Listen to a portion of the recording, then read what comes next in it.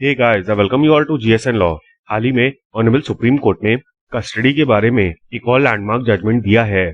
इस जजमेंट में बात की गई है कि अगर बच्चे के फादर देश के बाहर रह रहे हैं तो उनकी कस्टडी राइट्स क्या होंगी। केस का नाम है स्मृति मदन कंसागरा वर्सेस पेरी कंसागरा। अब देखिए, पेरी कंसागरा एक बहुत ही बड़ा नाम है इन केनिया। पहले इनका नाम पेरी पटेल था और ये जजमेंट ऑनरेबल सुप्रीम कोर्ट के द्वारा 28 अक्टूबर 2020 को दिया गया था। इस केस में ऑनरेबल सुप्रीम कोर्ट की 3 जजेस की बेंच ने 2:1 का वर्डिक्ट दिया था। यहाँ पर कस्टडी 11 साल के बच्चे को लेकर थी जिनके पिता इंडियन ओरिजिन के थे और केनिया में रहते थे। दूसरी तरफ बच्चे की मदर बच्चे के जन्म से ही भारत में रह रही थी, मतलब मदर के पास ही कस्टडी थी, right from the birth of the child. यहाँ पर ऑनरेबल सुप्रीम कोर्ट ने बच्चे की कस्टडी मदर से फादर को ट्रांसफर कर दी। आइए देखते हैं कि इसके पीछे ऑनरेबल सुप्रीम कोर्ट ने क्या तर्क दिया।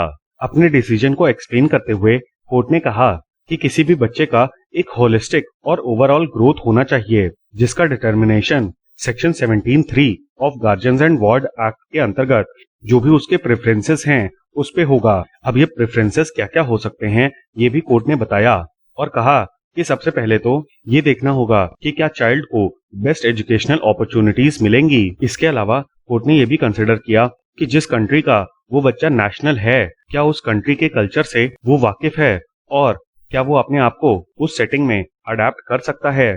इसके अलावा कोर्ट ने इस केस में ये भी देखा कि कहाँ पे वो बच्चा अपनी अडल्ट लाइफ स्पेंड करेगा। इसके अलावा जिस कंट्री का वो बच्चा है वहाँ की लोकल लैंग्वेज और वहाँ के कल्चर का भी उसको एक्सपोजर मिलना चाहिए, क्योंकि यही चीज उसके फ्यूचर लाइफ के लिए बेनिफिशियल रहेगी। लेकिन दूसरी तरफ मदर के इंटरेस्ट को ध्यान में रखते हुए कोर्ट ने फादर से कहा कि आप एक मिरर ऑर्डर ऑब्टेन करिए from the concerned court in Nairobi, जो कि केन्या की राजधानी है। सवाल बनता है कि मिरर ऑर्डर क्या होता है। मिरर ऑर्डर का ऑब्जेक्टिव किसी भी चाइल्ड के इंटरेस्ट को सेफगार्ड करना होता है during his or her transit from one jurisdiction to another. Custody के केसेस में प्राइमरी जुरिस्डिक्शन उस जगह पे होता है जहां पर चाइल्ड रिसाइड कर रहा हो for a substantial period of time. अब ऐसे केसेस में जहां पर कस्टडी किसी ऐसे व्यक्ति को ट्रांसफर होती है जो कि प्राइमरी कोर्ट के जुरिस्डिक्शन से बाहर की हो, उस केस में कोर्ट ये डायरेक्ट कर सकती है कि पार्टीज एक मिरर ऑर्डर लेकर आएं, मतलब कि वैसा ही ऑर्डर लेकर आएं फ्रॉम द कंसर्न्ड कोर्ट जैसा कि ऑर्डर प्राइमरी कोर्ट ने दिया है। इस केस में प्राइमरी कोर्ट हो गई honourable supreme court of India. अब यहाँ पे इनको सिमिलर ऑर्डर नायरोबी में जो भी ऑनरेबल सुप्रीम कोर्ट की काउंटर पार्ट होगी वहां से लेकर आना होगा।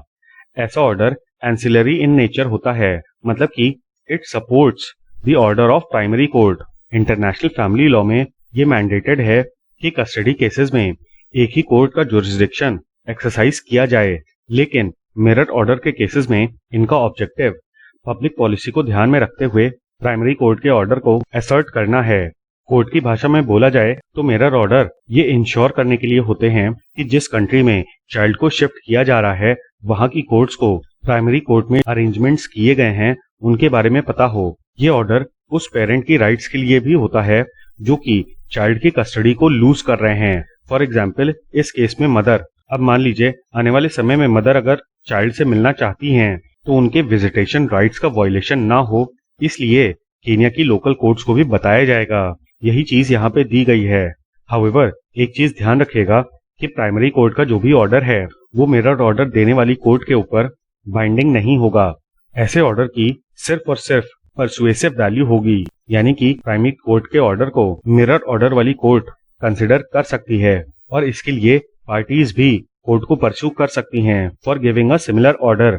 अब देखिए यहाँ पर जस्टिस इंदु मल्होत्रा का और जस्टिस यूयू ललित का मेजॉरिटी डिसीजन था जिसमें यह कहा गया कि section 17(3) of guardianship and wards act के अंतर्गत जो भी चाइल्ड के प्रेफरेंसेस और इंक्लिनेशंस हैं उनको इम्पोर्टेंस दी जानी चाहिए।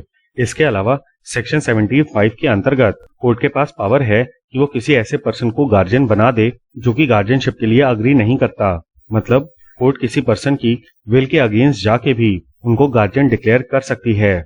अब देखिए बच्चे के प्रेफरेंसेस और इंक्लिनेशंस क्या हैं इसको पता लगाने के लिए इस केस में कोर्ट्स ने 6 साल से लेकर 11 साल के बीच में बच्चे से कई बार पर्सनल इंटरैक्शंस किए हैं और तभी कोर्ट इस नतीजे पे पहुंची है कि चाइल्ड के फादर को कस्टडी ट्रांसफर कर दी जाए और इसी में चाइल्ड का बेस्ट इंटरेस्ट है।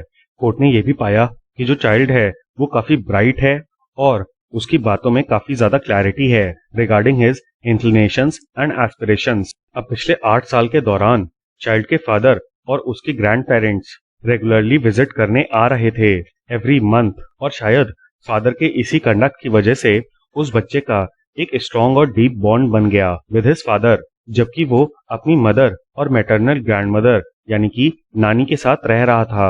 अब इन लोगों से ये अटैच तो है बट रेगुलर विजिटेशंस की वजह से उसका एक डीप बॉन्ड बन गया है विद हिज फादर। कोर्ट ने यह भी ऑब्जर्व किया कि वो बच्चा केन्या जाना चाहता है फॉर हिज एजुकेशन और साथ ही साथ हायर एजुकेशन के लिए वो यूके जाना चाहता है। बच्चे ने यह भी कहा कि उसको अभी तक देश से बाहर जाने की अपॉर्चुनिटी नहीं मिली है and he is very keen to travel. आगे कोर्ट ने कहा कि अगर बच्चे के ऐसे प्रेफरेंसेस को कंसिडर नहीं किया जाता है तो it could have adverse psychological impact on the child. और देखिए, जन्म से ही बच्चा अपनी मदर के साथ रह रहा था जबकि उसके फादर का एक बहुत ही बड़ा बिजनेस है in Kenya as well as UK. अब कोर्ट के डिसीजन को देखकर यही लगता है कि फादर उस चाइल्ड को अपना हियर बनाना चाहते हैं और तभी पिछले 8 साल से वो हर महीने बच्चे को विजिट करने के लिए भारत आ रहे थे। और देखिए, सबसे बड़ी बात यह है कि भारत में बहुत ही ज्यादा कंपटीशन है because of our huge population. यहाँ पर बच्चे को अपनी एडल्ट लाइफ में काफी ज्यादा स्ट्रगल करना पड़ता टू एस्टैब्लिश हिमसेल्फ, जबकि उसका ऑलरेडी एस्टैब्लिश्ड बिजनेस है फ्रॉम हिज फादर्स साइड। ऐसे में वो बच्चा एकदम से जाके और अपने बिजनेस को तो नहीं संभाल लेगा, इसलिए इट इज नेसेसरी कि वो बच्चा केन्या के कल्चर और ट्रेडिशंस को देख सके, उसके हिसाब से अपने आप को अडेप्ट कर सके। अब देखिए, बच्चा अभी सिर्फ 11 साल का है और ऐसे में उसके लिए इजी होगा to learn a new language and assimilate with the Kenyan environment. अगर यहीं पर कोर्ट ये कह देती कि बच्चा जब मेजर हो जाएगा then he is free to decide, तब शायद बच्चे को एकदम से केन्या के एनवायरनमेंट में एडजस्ट करने में दिक्कत आती। यहाँ पर कोर्ट ने एक और चीज कही कि मदर के साथ बच्चा अपनी बर्थ से लेकर और एडोलेसेंस लाइफ तक रह रहा है और लगभग 11 साल तक उनकी एक्सक्लूसिव कस्टडी में है, लेकिन अब बच्चे के पास अधिकार है कि वो अपने फादर का प्रोटेक्शन और केयर एंजॉय कर सके फॉर हिज ओवरऑल ग्रोथ। अब पिछले 11 साल में माँ को अपने संस्कार देने का मौका मिला बट फादर को ये अपॉर्चुनिटी नहीं मिली और ओवरऑल डेवलपमेंट के लिए मदर और फादर दोनों के ही प्रेजेंस की जरूरत होती है। लेकिन आगे कोर्ट ने मदर को भी कंटिन्यूड पार्टिसिपेशन का राइट दिया और कहा कि बच्चे की ग्रोथ और डेवलपमेंट के लिए मदर के पास विजिटेशन राइट्स हैं। यहाँ पर जस्टिस हेमंत गुप्ता का डिसेंटिंग ओपिनियन था और जो बात मैंने आपको पहले कही वही यहाँ पर जस्टिस गुप्ता ने भी कही कि चाइल्ड के पास ये लिबर्टी या फिर हम कहें राइट ऑफ चॉइस तब है जब वो बड़ा हो जाए। जस्टिस गुप्ता के हिसाब से 11 years is not an appropriate age for a child to decide his destination. तो ये था हमारा एनालिसिस ऑनरेबल सुप्रीम कोर्ट के उस जजमेंट का जिसमें देश के बाहर बच्चे की कस्टडी को ट्रांसफर करने पे बात की गई है। उम्मीद है कि आपको ये वीडियो पसंद आया होगा। इस वीडियो का PDF आपको हमारे टेलीग्राम चैनल पे मिल जाएगा और हाँ, please don't forget to like, share and subscribe. Thank you. जय हिंद।